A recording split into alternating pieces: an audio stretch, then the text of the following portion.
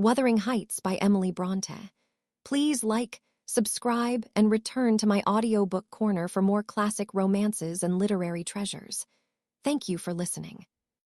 Chapter 22. Summer drew to an end and early autumn.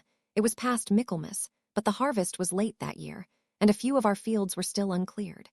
Mr. Linton and his daughter would frequently walk out among the reapers. At the carrying of the last sheaves they stayed till dusk, and the evening happening to be chill and damp, my master caught a bad cold that settled obstinately on his lungs and confined him indoors throughout the whole of the winter, nearly without intermission. Poor Cathy, frightened from her little romance, had been considerably sadder and duller since its abandonment, and her father insisted on her reading less and taking more exercise. She had his companionship no longer. I esteemed it a duty to supply its lack, as much as possible, with mine, an inefficient substitute, for I could only spare 2 or 3 hours from my numerous diurnal occupations to follow her footsteps, and then my society was obviously less desirable than his. On an afternoon in October or the beginning of November, a fresh, watery afternoon, when the turf and paths were rustling with moist, withered leaves, and the cold blue sky was half hidden by clouds, dark gray streamers, rapidly mounting from the west and boding abundant rain, I requested my young lady to forgo her ramble because I was certain of showers. She refused, and I unwillingly donned a cloak and took my umbrella to accompany her on a stroll to the bottom of the park, a formal walk which she generally affected if low-spirited, and that she invariably was when Mr. Edgar had been worse than ordinary, a thing never known from his confession, but guessed both by her and me from his increased silence and the melancholy of his countenance. She went sadly on. There was no running or bounding now, though the chill wind might well have tempted her to race. And often, from the side of my eye, I could detect her raising a hand and brushing something off her cheek. I gazed round for a means of diverting her thoughts. On one side of the road rose a high, rough bank, where hazels and stunted oaks, with their roots half exposed, held uncertain tenure. The soil was too loose for the latter, and strong winds had blown some nearly horizontal. In summer, Miss Catherine delighted to climb along these trunks and sit in the branches, swinging 20 feet above the ground. And I, pleased with her agility and her light, childish heart, still considered it proper to scold every time I caught her at such an elevation, but so that she knew there was no necessity for descending. From dinner to tea she would lie in her breeze-rocked cradle, doing nothing except singing old songs, my nursery lore to herself, or watching the birds, joint tenants, feed and entice their young ones to fly, or nestling with closed lids, half thinking, half dreaming, happier than words can express. "Look, miss," I exclaimed, pointing to a nook under the roots of one twisted tree. "Winter is not here yet. There's a little flower up yonder, the last bud from the multitude of bluebells that clouded those turf steps in July with a lilac mist. Will you clamber up and pluck it to show to Papa?" Cathy stared a long time at the lonely blossom trembling in its earthy shelter, and replied at length, "No, I'll not touch it, but it looks melancholy, does it not, Ellen?" "Yes," I observed, "about as starved and sackless as you. Your cheeks are bloodless, let us take hold of hands and run. You're so low I dare say I shall keep up with you." "No," she repeated, and continued sauntering on, pausing at intervals to muse over a bit of moss, or a tuft of blanched grass, or a fungus spreading its bright orange among the heaps of brown foliage, and ever and anon her hand was lifted to her averted face. "Catherine, why are you crying, love?" I asked, approaching and putting my arm over her shoulder. "You mustn't cry because Papa has a cold. Be thankful it is nothing worse." She now put no further restraint on her tears. Her breath was stifled by sobs. "Oh, it will be something worse," she said. "And what shall I do when Papa and you leave me and I am by myself? I can't forget your words, Ellen. They are always in my ear. How life will be changed, how dreary the world will be when Papa and you are dead." "None can tell whether you won't die before us," I replied. "It's wrong to anticipate evil. We'll hope there are years and years to come before any of us go. Master is young, and I am strong and hardly 45. My mother lived till 80, a canty dame to the last. And suppose Mr. Linton were spared till he saw 60, that would be more years than you have counted, miss, and would it not be foolish to mourn a calamity above 20 years beforehand?" "But Aunt Isabella was younger than Papa," she remarked, gazing up with timid hope to seek further consolation. "Aunt Isabella had not you and me to nurse her," I replied. She wasn't as happy as Master. She hadn't as much to live for. All you need do is to wait well on your father and cheer him by letting him see you cheerful, and avoid giving him anxiety on any subject. Mind that, Cathy. I'll not disguise, but you might kill him if you were wild and reckless, and cherished a foolish, fanciful affection for the son of a person who would be glad to have him in his grave, and allowed him to discover that you fretted over the separation he has judged it expedient to make. I fret about nothing on earth except Papa's illness, answered my companion. I care for nothing in comparison with Papa, and I'll never, never, oh never, while I have my senses, do an act or say a word to vex him. I love him better than myself, Ellen, and I know it by this. I pray every night that I may live after him, because I would rather be miserable than that he should be. That proves I love him better than myself. Good words, I replied. But deeds must prove it also. And after he is well, remember you don't forget resolutions formed in the hour of fear. As we talked, we neared a door that opened on the road, and my young lady, lightening into sunshine again, climbed up and seated herself on the top of the wall, reaching over to gather some hips that bloomed scarlet on the summit branches of the wild rose trees shadowing the highway side. The lower fruit had disappeared, but only birds could touch the upper, except from Cathy's present station. In stretching to pull them, her hat fell off, and as the door was locked, she proposed scrambling down to recover it. I bid her be cautious lest she got a fall, and she nimbly disappeared. But the return was no such easy matter.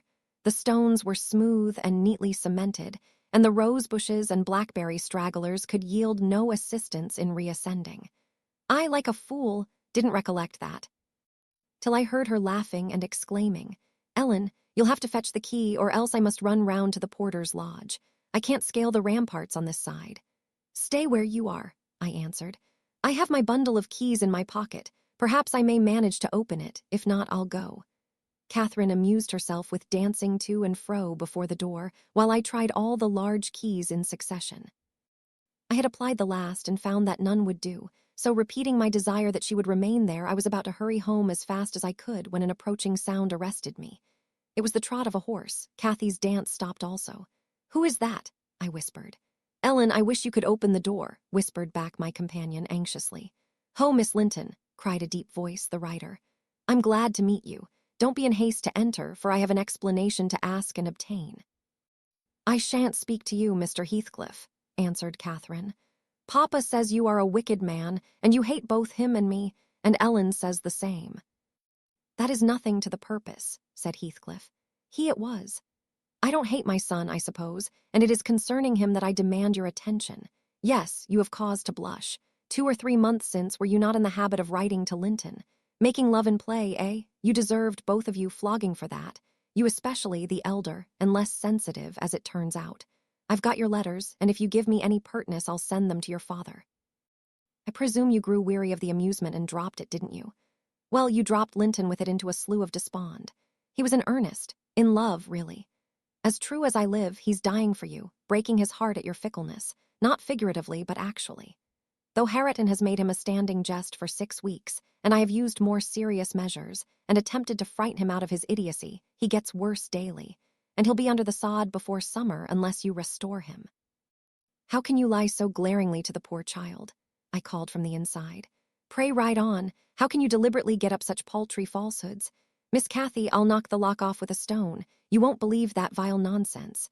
You can feel in yourself it is impossible that a person should die for love of a stranger." "I was not aware there were eavesdroppers," muttered the detected villain. "Worthy Mrs. Dean, I like you, but I don't like your double-dealing," he added aloud.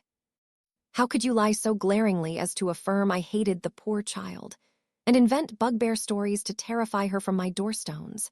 Catherine Linton, the very name warms me. My bonny lass, I shall be from home all this week. Go and see if I have not spoken truth. Do, there's a darling. Just imagine your father in my place, and Linton in yours. Then think how you would value your careless lover if he refused to stir a step to comfort you, when your father himself entreated him. And don't, from pure stupidity, fall into the same error. I swear on my salvation he's going to his grave, and none but you can save him." The lock gave way, and I issued out. "I swear Linton is dying," repeated Heathcliff, looking hard at me, "and grief and disappointment are hastening his death. Nellie, if you won't let her go, you can walk over yourself. but I shall not return till this time next week, and I think your master himself would scarcely object to her visiting her cousin." "Come in," said I, taking Cathy by the arm and half forcing her to re-enter, for she lingered, viewing with troubled eyes the features of the speaker, too stern to express his inward deceit. He pushed his horse close and, bending down, observed, "Miss Catherine, I'll own to you that I have little patience with Linton, and Hareton and Joseph have less. I'll own that he's with a harsh set. He pines for kindness as well as love, and a kind word from you would be his best medicine. Don't mind Mrs. Dean's cruel cautions, but be generous and contrive to see him. He dreams of you day and night, and cannot be persuaded that you don't hate him, since you neither write nor call." I closed the door and rolled a stone to assist the loosened lock in holding it, and spreading my umbrella, I drew my charge underneath, for the rain began to drive through the moaning branches of the trees and warned us to avoid delay. Our hurry prevented any comment on the encounter with Heathcliff as we stretched towards home, but I divined instinctively that Catherine's heart was clouded now in double darkness. Her features were so sad they did not seem hers. She evidently regarded what she had heard as every syllable true. The master had retired to rest before we came in. Cathy stole to his room to inquire how he was. He had fallen asleep. She returned and asked me to sit with her in the library. We took our tea together, and afterwards she lay down on the rug and told me not to talk, for she was weary. I got a book and pretended to read. As soon as she supposed me absorbed in my occupation, she recommenced her silent weeping. It appeared, at present, her favorite diversion. I suffered her to enjoy it a while, then I expostulated, deriding and ridiculing all Mr. Heathcliff's assertions about his son as if I were certain she would coincide. Alas, I hadn't skill to counteract the effect his account had produced. It was just what he intended. "You may be right, Ellen," she answered, "but I shall never feel at ease till I know. And I must tell Linton it is not my fault that I don't write, and convince him that I shall not change." What use were anger and protestations against her silly credulity? We parted that night, hostile, but next day beheld me on the road to Wuthering Heights by the side of my willful young mistress's pony. I couldn't bear to witness her sorrow, to see her pale, dejected countenance and heavy eyes, and I yielded in the faint hope that Linton himself might prove, by his reception of us, how little of the tale was founded on fact. Chapter 23. The rainy night had ushered in a misty morning. Half frost, half drizzle, and temporary brooks crossed our path, gurgling from the uplands. My feet were thoroughly wetted.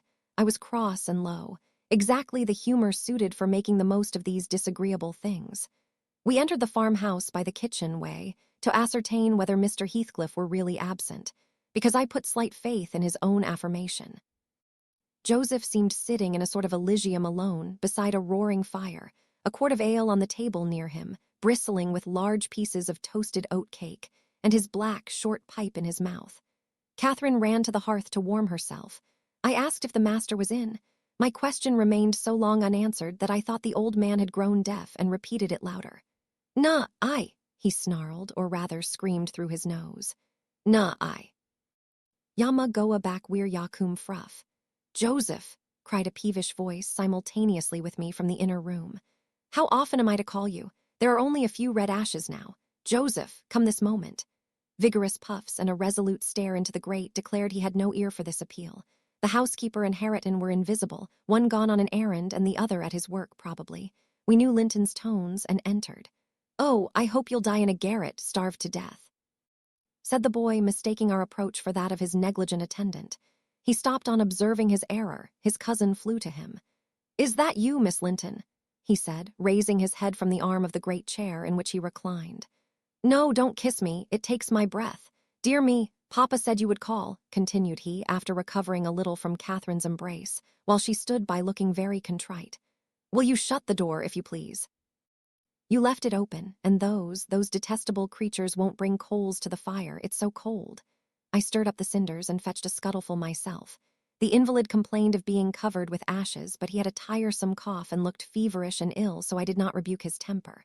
"Well, Linton," murmured Catherine when his corrugated brow relaxed, "are you glad to see me? Can I do you any good?" "Why didn't you come before?" he asked. "You should have come instead of writing." It tired me dreadfully writing those long letters. I'd far rather have talked to you. Now I can neither bear to talk nor anything else. I wonder where Zillah is. Will you, looking at me, step into the kitchen and see?" I had received no thanks for my other service, and being unwilling to run to and fro at his behest, I replied, "Nobody is out there but Joseph." "I want a drink," he exclaimed fretfully, turning away. "Zillah is constantly gadding off to Gimmerton since Papa went. It's miserable, and I'm obliged to come down here. They resolved never to hear me upstairs." "Is your father attentive to you, Master Heathcliff?" I asked, perceiving Catherine to be checked in her friendly advances. "Attentive? He makes them a little more attentive at least," he cried. "The wretches! Do you know, Miss Linton, that brute Hareton laughs at me? I hate him. Indeed, I hate them all. They are odious beings." Cathy began searching for some water. She lighted on a pitcher in the dresser, filled a tumbler, and brought it. He bid her add a spoonful of wine from a bottle on the table, and having swallowed a small portion, appeared more tranquil, and said she was very kind. "And are you glad to see me?"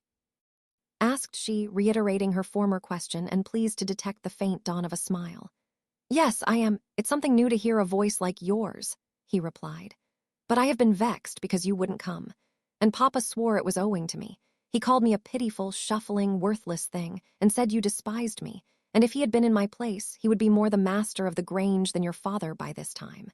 But you don't despise me, do you, miss?" "I wish you would say Catherine or Cathy," interrupted my young lady. "Despise you? No, next to Papa and Ellen, I love you better than anybody living. I don't love Mr. Heathcliff, though, and I dare not come when he returns. Will he stay away many days?" "Not many," answered Linton. "But he goes on to the moors frequently, since the shooting season commenced, and you might spend an hour or two with me in his absence. Do say you will." "I think I should not be peevish with you. You'd not provoke me, and you'd always be ready to help me, wouldn't you?" "Yes," said Catherine, stroking his long, soft hair. "If I could only get Papa's consent, I'd spend half my time with you. Pretty Linton, I wish you were my brother." "And then you would like me as well as your father," observed he, more cheerfully. "But Papa says you would love me better than him and all the world if you were my wife, so I'd rather you were that." "No, I should never love anybody better than Papa," she returned gravely. "And people hate their wives, sometimes, but not their sisters and brothers. And if you were the latter, you would live with us, and Papa would be as fond of you as he is of me." Linton denied that people ever hated their wives, but Cathy affirmed they did, and in her wisdom instanced his own father's aversion to her aunt. I endeavored to stop her thoughtless tongue. I couldn't succeed till everything she knew was out. Master Heathcliff, much irritated, asserted her relation was false. "Papa told me, and Papa does not tell falsehoods," she answered pertly. "My Papa scorns yours," cried Linton. "He calls him a sneaking fool." "Yours is a wicked man," retorted Catherine, "and you are very naughty to dare to repeat what he says. He must be wicked to have made Aunt Isabella leave him as she did." "She didn't leave him," said the boy. "You shan't contradict me." "She did," cried my young lady. "Well, I'll tell you something," said Linton. "Your mother hated your father, now then." "Oh," exclaimed Catherine, too enraged to continue. "And she loved mine," added he. "You little liar, I hate you now." She panted, and her face grew red with passion. She did," sang Linton, sinking into the recess of his chair and leaning back his head to enjoy the agitation of the other disputant who stood behind. "Hush, Master Heathcliff," I said. "That's your father's tale, too, I suppose." "It isn't, you hold your tongue," he answered. She did, Catherine, she did." Cathy, beside herself, gave the chair a violent push and caused him to fall against one arm. He was immediately seized by a suffocating cough that soon ended his triumph. It lasted so long that it frightened even me. As to his cousin, she wept with all her might, aghast at the mischief she had done, though she said nothing. I held him till the fit exhausted itself. Then he thrust me away and leant his head down silently. Catherine quelled her lamentations also, took a seat opposite, and looked solemnly into the fire. "How do you feel now, Master Heathcliff?" I inquired, after waiting 10 minutes. "I wish she felt as I do," he replied. "Spiteful, cruel thing, Hareton never touches me, he never struck me in his life. And I was better today, and there." His voice died in a whimper. "I didn't strike you," muttered Cathy, chewing her lip to prevent another burst of emotion. He sighed and moaned like one under great suffering, and kept it up for a quarter of an hour, on purpose to distress his cousin apparently, for whenever he caught a stifled sob from her, he put renewed pain and pathos into the inflections of his voice. "I'm sorry I hurt you, Linton," she said at length, racked beyond endurance. But I couldn't have been hurt by that little push, and I had no idea that you could either. You're not much, are you, Linton? Don't let me go home thinking I've done you harm. Answer, speak to me. I can't speak to you, he murmured. You've hurt me so that I shall lie awake all night choking with this cough. If you had it, you know what it was, but you'll be comfortably asleep while I'm in agony and nobody near me. I wonder how you would like to pass those fearful nights. And he began to wail aloud for very pity of himself. Since you are in the habit of passing dreadful nights, I said, it won't be Miss who spoils your ease. You'd be the same had she never come. However, she shall not disturb you again, and perhaps you'll get quieter when we leave you. Must I go? Asked Catherine dolefully, bending over him. Do you want me to go, Linton? You can't alter what you've done, he replied pettishly, shrinking from her, unless you alter it for the worse by teasing me into a fever. Well, then, I must go, she repeated. Let me alone, at least, said he. I can't bear your talking. She lingered, and resisted my persuasions to departure a tiresome while. But as he neither looked up nor spoke, she finally made a movement to the door, and I followed. We were recalled by a scream. Linton had slid from his seat on to the hearthstone, and lay writhing in the mere perverseness of an indulged plague of a child, determined to be as grievous and harassing as it can. I thoroughly gauged his disposition from his behavior, and saw at once it would be folly to attempt humoring him. Not so my companion. She ran back in terror, knelt down and cried and soothed and entreated till he grew quiet from lack of breath, by no means from compunction at distressing her. I shall lift him onto the settle, I said, and he may roll about as he pleases. We can't stop to watch him.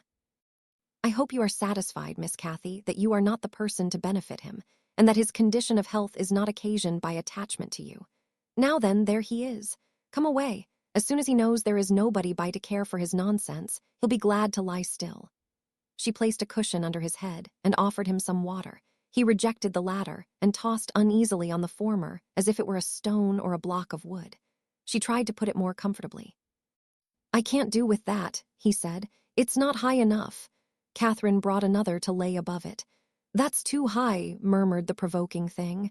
How must I arrange it then? She asked despairingly. He twined himself up to her, as she half knelt by the settle and converted her shoulder into a support. No, that won't do, I said. You'll be content with the cushion, Master Heathcliff. Miss has wasted too much time on you already. We cannot remain 5 minutes longer. Yes, we can, replied Cathy. He's good and patient now. He's beginning to think I shall have far greater misery than he will tonight, if I believe he is the worse for my visit, and then I dare not come again. Tell the truth about it, Linton, for I mustn't come if I have hurt you. You must come to cure me, he answered. You ought to come because you have hurt me. You know you have extremely. I was not as ill when you entered as I am at present, was I? But you've made yourself ill by crying and being in a passion. I didn't do it all, said his cousin. However, we'll be friends now, and you want me, you would wish to see me sometimes, really. I told you I did, he replied impatiently. Sit on the settle and let me lean on your knee. That's as Mamma used to do, whole afternoons together. Sit quite still and don't talk, but you may sing a song if you can sing, or you may say a nice long interesting ballad, one of those you promised to teach me, or a story. I'd rather have a ballad, though. Begin. Catherine repeated the longest she could remember. The employment pleased both mightily. Linton would have another, and after that another, notwithstanding my strenuous objections, and so they went on until the clock struck 12, and we heard Hareton in the court, returning for his dinner. And tomorrow, Catherine, will you be here tomorrow? Asked young Heathcliff, holding her frock as she rose reluctantly. No, I answered, nor next day neither. She, however, gave a different response evidently, for his forehead cleared as she stooped and whispered in his ear. You won't go tomorrow, recollect, miss, I commenced when we were out of the house. You are not dreaming of it, are you? She smiled. Oh, I'll take good care, I continued. I'll have that lock mended and you can escape by no way else. I can get over the wall, she said, laughing. The Grange is not a prison, Ellen, and you are not my jailer. And besides, I'm almost 17, I'm a woman. And I'm certain Linton would recover quickly if he had me to look after him. I'm older than he is, you know, and wiser, less childish, am I not? And he'll soon do as I direct him with some slight coaxing. He's a pretty little darling when he's good. I'd make such a pet of him if he were mine. We should never quarrel, should we, after we were used to each other? Don't you like him, Ellen? Like him, I exclaimed. The worst-tempered bit of a sickly slip that ever struggled into its teens. Happily, as Mr. Heathcliff conjectured, he'll not win 20. I doubt whether he'll see spring, indeed, and small loss to his family whenever he drops off. And lucky it is for us that his father took him. The kinder he was treated, the more tedious and selfish he'd be. I'm glad you have no chance of having him for a husband, Miss Catherine. My companion waxed serious at hearing this speech. To speak of his death so regardlessly wounded her feelings. He's younger than I, she answered, after a protracted pause of meditation, and he ought to live the longest. He must live as long as I do. He's as strong now as when he first came into the north, I'm positive of that. It's only a cold that ails him, the same as Papa has. You say Papa will get better, and why shouldn't he? Well, well, I cried. After all, we needn't trouble ourselves, for listen, miss, and mind, I'll keep my word. If you attempt going to Wuthering Heights again, with or without me, I shall inform Mr. Linton, and unless he allow it, the intimacy with your cousin must not be revived. It has been revived, muttered Cathy sulkily. Must not be continued, then, I said. We'll see, was her reply, and she set off at a gallop, leaving me to toil in the rear. We both reached home before our dinner time. My master supposed we had been wandering through the park, and therefore he demanded no explanation of our absence. As soon as I entered, I hastened to change my soaked shoes and stockings, but sitting such a while at the Heights had done the mischief. On the succeeding morning I was laid up, and during 3 weeks I remained incapacitated for attending to my duties. A calamity never experienced prior to that period, and never, I am thankful to say, since. My little mistress behaved like an angel in coming to wait on me and cheer my solitude. The confinement brought me exceedingly low. It is wearisome to a stirring, active body, but few have slighter reasons for complaint than I had. The moment Catherine left Mr. Linton's room, she appeared at my bedside. Her day was divided between us. No amusement usurped a minute. She neglected her meals, her studies, and her play, and she was the fondest nurse that ever watched. She must have had a warm heart when she loved her father so, to give so much to me. I said her days were divided between us, but the master retired early, and I generally needed nothing after 6 o'clock, thus the evening was her own. Poor thing, I never considered what she did with herself after tea. And though frequently, when she looked in to bid me good night, I remarked a fresh color in her cheeks and a pinkness over her slender fingers, instead of fancying the hue borrowed from a cold ride across the moors, I laid it to the charge of a hot fire in the library.